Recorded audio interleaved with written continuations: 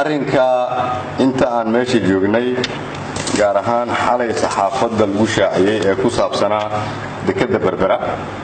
waxaan rabaa inaan shacabka Soomaaliyeed u caddeeyo dowladda federaalka Soomaaliya qayb kama ahan lagalama hadlin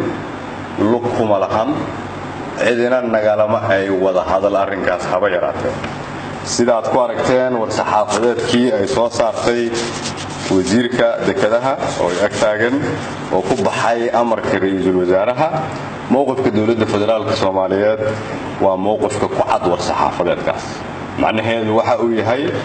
heshiis walba oo la galay oo masiiri ah oo ama ku saabsan deked ama khayraad ama bad dalka meel walba ay tahay waxa uu igman kaliya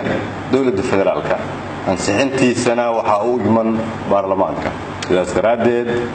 waxaan mar labaad hoosta ka xariiqayaa inaan soo dhaweynayno shirkad walba oo dunida joogta oo doonaysa dalkeena inay maal gashato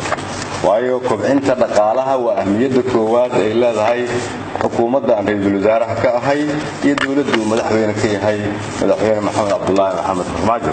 laakiin waa in loo soo maraa dariiqa dhabta ah dariiqaasi waxa uu yahay in loo yimaado hay-adaha dastuuriga ah oo ku salaysan dastuurka ay leedahay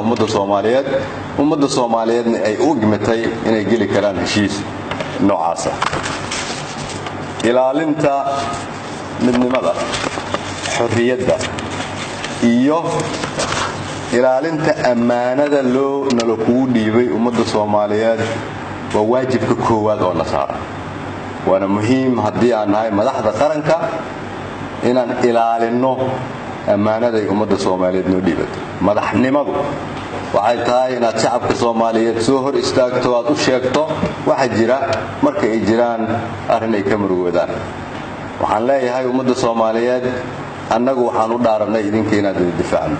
waxaan idin ballan qaadayaa inaad idinkeedin difaacayno qof walba Soomaaliyeed laakiin waxa laga rabaa inuu ilaaliyo midnimada iyo xorriyadda ummadda Soomaaliyeed qof walba Soomaaliyeed waxa laga rabaa inuu qaybtiisa qaato qof walba Soomaaliyeed waxa la rabaa inuu soo istaago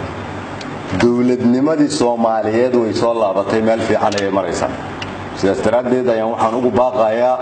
shirkadaha raba inay wadankan ka ganacsadaan ama heshiisyo ka seexaan